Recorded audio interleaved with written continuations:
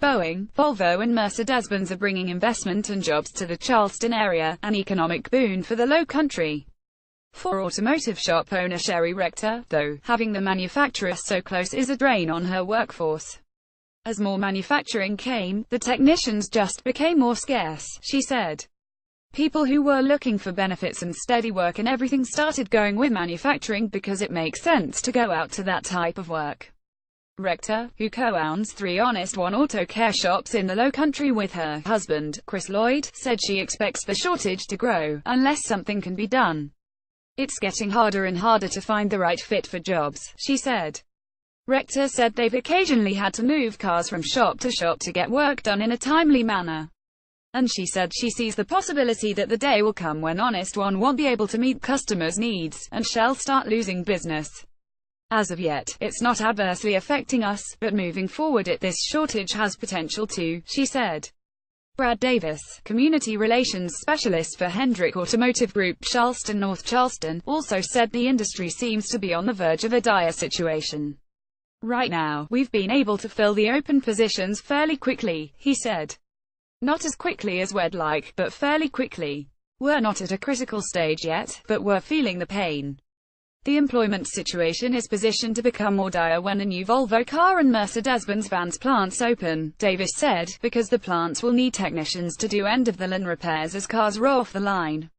Davis said he expects 75 technicians to be pulled out of the job market when the 2 plants open. When that happens, it's going to be critical, he said. It's going to be every dealership fending for themselves and trying to steal people from one another if you're not ready for the rush. Davis said Hendrick doesn't have the same trouble hiring technicians that other automotive shops might be having, because Hendrick offers benefits, higher pay, better insurance, better training and an air-conditioned environment that others might not be able to. Braden Poole, Vice President of Operations for Honest One, said that's exactly why retaining technicians can be so difficult. Technicians find another shop that pays more or has better benefits, and they take their talent there. Poole said the shortage is a national issue that is growing at an alarming rate as technicians retire and technology changes. What has happened is that automotive technology is advancing at an alarming rate, and it's tough for technicians to keep up with that, he said.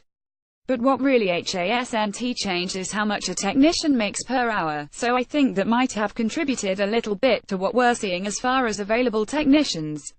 Traditionally, Poole said, technicians are paid a flat rate for the services they provide, but as cars last longer and need less maintenance, technicians have begun asking for salaries or a hybrid of flat rate and salary. The trick now for the automotive industry is to attract that technician and somehow give them a reason to come work for you, he said. Finding a solution. Rector said she and Lloyd have reached out to high school teachers and vocational schools, worked with SC Works to post jobs, and looking into hiring apprentices through the Charleston Youth Apprenticeship Program. Mitchell Harp, Dean of Apprenticeships at Trident Technical College, said approximately 120 companies participate in the apprenticeship program, a partnership of the Charleston Metro Chamber of Commerce, Trident Tech, Apprenticeship Carolina, local school districts and local businesses. The reality is we need to mentor the next generation, he said.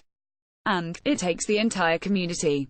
Hendrick Automotive Group began taking on apprentices for the first time this year, mentoring 9 high school students, because Davis said the biggest challenge for the company is that many technicians are approaching retirement age. Davis said he expects Hendrick apprentices to stay with the company after they complete their 2-year commitment to the program, and Hendrick will help them finish their automotive technology degree at Trident Tech. Even though the situation isn't urgent yet for Hendrick, the company is trying to avoid becoming complacent, Davis said. The company tours schools, speaking to students and parents about careers as an auto technician. Not all kids need a 4-year degree, and there's some wonderful jobs, like being an auto tech, Davis said. You can survive with a high school education. It's much better to get a 2-year degree at trade school and have wonderful, good-paying jobs that are challenging and fulfilling and have a wonderful life without student debt. Rector said she hopes schools will begin to point students toward trades rather than always pushing students toward a 4-year degree. I blame it on the education system, grooming all these kids to go to college, and then they get out of college, and they want a career making a lot of money when they don't really have a skill set that's beneficial, she said. Chad Vale, Work-Based Learning Partnerships Coordinator for Charleston County School District, said the county is committed to making sure students are introduced to career and technical education classes, especially through the district's Centers for Advanced Studies.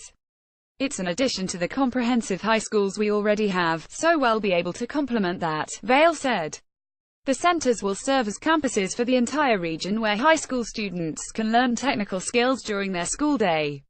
Instead of having small tech classes at every high school in the district, students will be able to come together at the centers to form larger classes. Vale said there's already Center for Advanced Studies on the campus of Wando High School, with plans for 2 more in the coming years, in West Ashley and North Charleston. Vale said the school district looks for high-demand, high-wage jobs when choosing programs for the centers. He said students get a career and technical education completer after graduating, which is comparable to a college minor but for high school. The Centers for Advanced Studies are just another piece of the puzzle in that we can offer much better programming in a lab sense if there's a central lab for automotive, Vale said. This story originally appeared in the October 30, 2017, print edition of the Charleston Regional Business Journal.